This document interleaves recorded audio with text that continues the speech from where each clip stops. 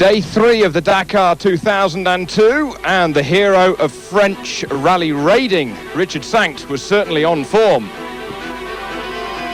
Whilst in the motorcycles, Dani Roma had a good day en route to Madrid.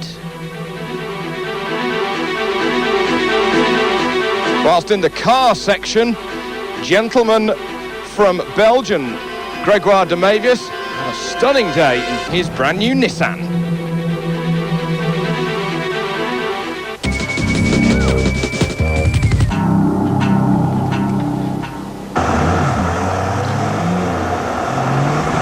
Well, this is a quick look back at what happened yesterday. No prizes for guessing what the conditions were like for the latter runners. This was at the 6-kilometre stage at La Souterraine in the middle of France. Terrible weather conditions, and it was, well, it was a Christmas chocolate mousse for some people.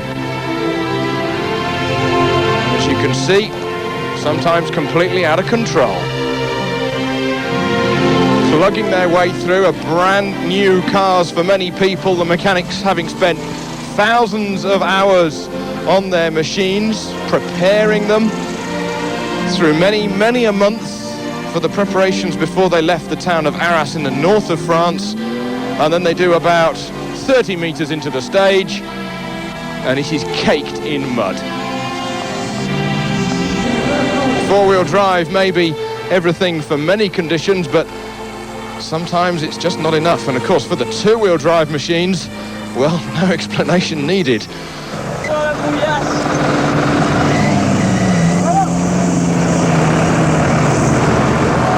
And after a while, there's just nothing like a bit of John Deere agricultural engineering.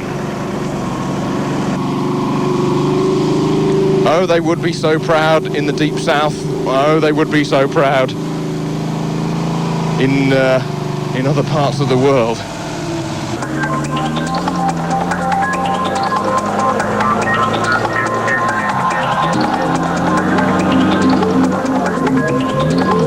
Now, many of the cars had fitted smoother specification of tyres for the long road sections through Europe, predominantly, of course, on the autoroutes and the motorways and the A roads.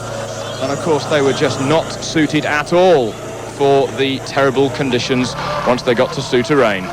Well, it was either a John Deere or it was a Fendt tractor. Fendt tractors, the Rolls-Royce of tractors. You ought to know that if you're a farmer. Okay, then, on to the finish, actually in the town of Narbonne, down in Provence, right down in the south of France. And even at 10 o'clock at night, thousands and thousands of people were there to see South Africa's Alfie Cox come over the finishing ramp after a long day in the saddle. Smiling as always was Alfie, and after the 530-kilometre road section, no bigger smile than that on the face of Pierre Quinereno on his KTM, who was victorious on the stage.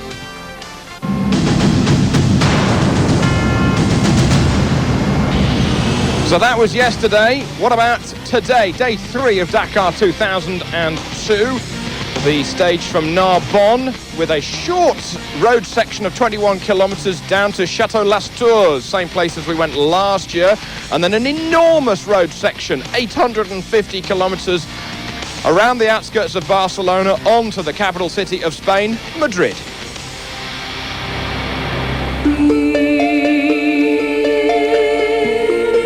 Many of the spectators had arrived at Château Las Tours before sunrise, and what a sunrise it was. Not many people, though, having a chance to really savour the brilliant view. And talk about mud to dust, rags to riches. You can't believe it, can you? The deep, muddy conditions of yesterday, and then the dust of Africa is already in France on the second competitive stage of Dakar 02. A 35-kilometre stage at Château Las Tours, almost catching some people out early on in the twisty sections. And the roads winding their way around a vineyard, which is actually owned by a former Dakar runner and motorsport enthusiast. Quickest on the stage, number 6, with the Gauloise KTM, the hero of French motorcycle rally raiding, Richard Sanct. Certainly was a good stage for him, although he was quite surprised that it was dry actually on the stage. He was overwhelmed with the amount of people along the 35 kilometres, but he was, of course, naturally pleased to have such a following cheering him on. He caught two other riders on the stage, and he struggled to get past them. The motorcycle riders going off at 2-minute intervals, so he had a good day. He was happy to attack without so much risk, of course, as it was involved yesterday through the mud. Right then, we move on to number 9. This is Nani Roma, third on the stage, 5 seconds back of winner Richard Sankt. However, he is going to lead the Dakar in the motorcycle section, coming out of Château Las Tours into Madrid, his home country, of course. Now we move on to number 10. This is Cyril Desprez. He was second on the stage, and he is the equal leader of the Dakar, dead level with Roma. He passed 3 motorcycles on the stage, and he enjoyed his ride. On to Kari Tiernan, fourth on the stage for the 7-time World Enduro champion. Now, he fitted some very, very soft motocross tyres indeed, and he was expecting to really ruin the rear by the time he got to the finish, and I can tell you that he pretty well nearly did. And the way that he saved that rear was to try to put some of his body weight over the front of the machine rather than put it on the back, and obviously wear that rear out. Put it on the rear of the bike rather than on the front, because then of course he'd spin up the rear. On to number 4, Esteban Pujol, fifth on the stage. A good day for him as he thrashed through the vineyard.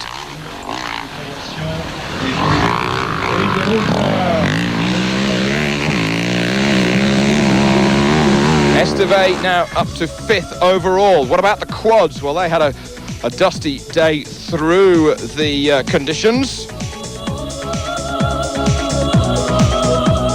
And interesting to see the yellow machine here of number 173. He's got a CBR 900 Fireblade engine in there, producing 132 brake horsepower. Think about that when you're in the desert.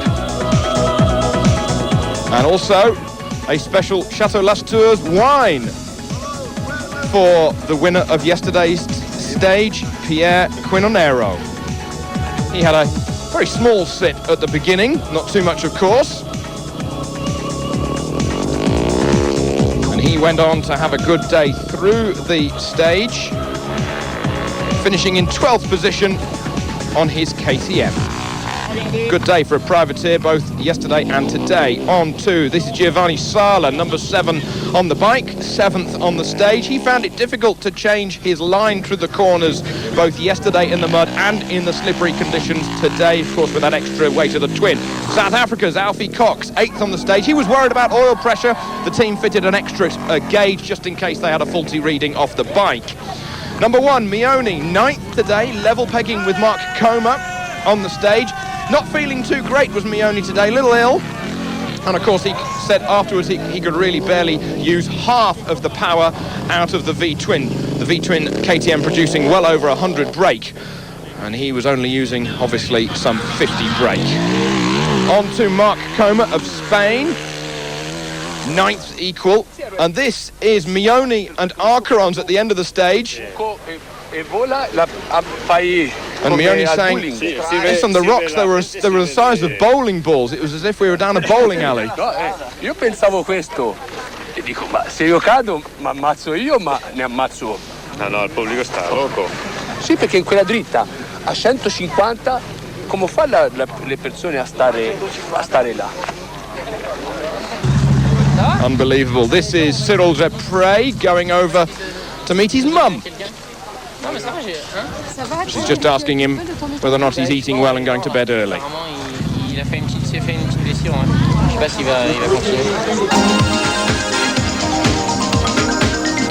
So then, Richard Sankt leads the Dakar in the motorcycle section, 4 seconds ahead of Desprez, Roma, Tiernan from Finland, and Pujol from Spain. Roma leading overall, Desprez dead level, Tiernan, Sankt, and Esteban Pujol.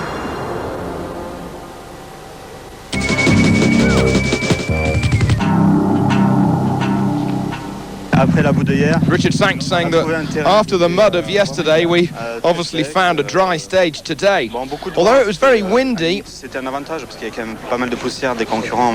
was a problem at times when we were in the bowl, down in the bottom of the bowl. Very nice stage, a lot of people. It's fun because in maybe 2 days' time, there'll hardly be anybody cheering us on the side of the stage. Bueno, pues bien, ha sido Here's Nani Roma. Very good stage, he reports here. Some of my friends have taken a short trip up the motorway from Spain to see me battling here. But I didn't take too much of a risk, and I enjoyed the stage. Beautiful stage. It really is now the beginning of the Dakar, and I'm content. It was quite difficult stage because same time you have to drive carefully and also quick, and a lot of stones, of course, but I did okay. I mean, no mistakes, and that's what I was looking for.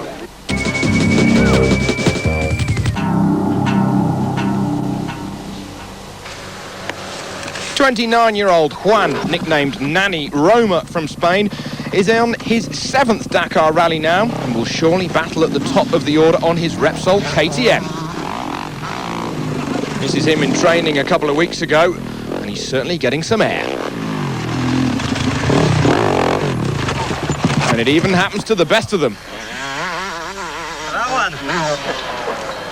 Sí, es verdad, porque yo cuando voy A rider pues, who will have, for example, the qualities cuando empiezas sobre todo el Dakar, pues a no conducir bien sobre la moto, y por lo tanto cuando mejor estés, mejor llegas y menos errores cometes y menos peligro hay, ¿no? Porque cuando vas por pistas en África son peligrosas, y si te desconcentras y si no vas lo suficientemente bien agarrado o no conduces lo suficientemente bien, pues te puedes cometer errores graves que te pueden hacer caer y perder la carrera, ¿no? Training, of course, very much a part of a professional rider's regime nowadays. It's not just a case of jumping on the bike, donning the helmet and going off. And in the gym and on the rowing machine, you've got to get a sweat up and build those muscles up. Bueno, pues ahora estamos haciendo esta máquina que es para... Last year, I damaged and broke the ligaments in my right leg, just about here. And it's taken me all of 12 months to build up the strength in those ligaments once more. Otherwise, I will not be able to stand on 2 legs properly and move my weight around the bike when I'm on the stages.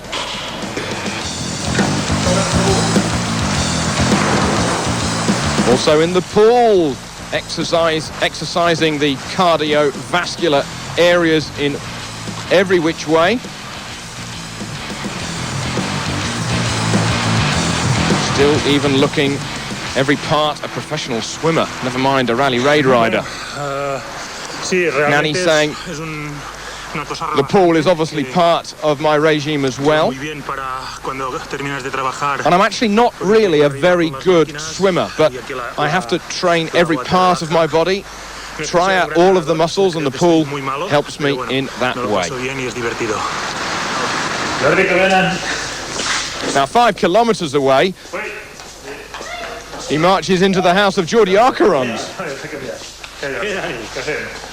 Not quite the little and large show from Spain, but the large and large show with regards to rally raiding. Nani's saying a rider who will have the qualities of Jordi and I will be a brilliant rider. Nowadays we're in the same team, and for me his experience is very important, because every day he can help me in studying the stage of a rally with me.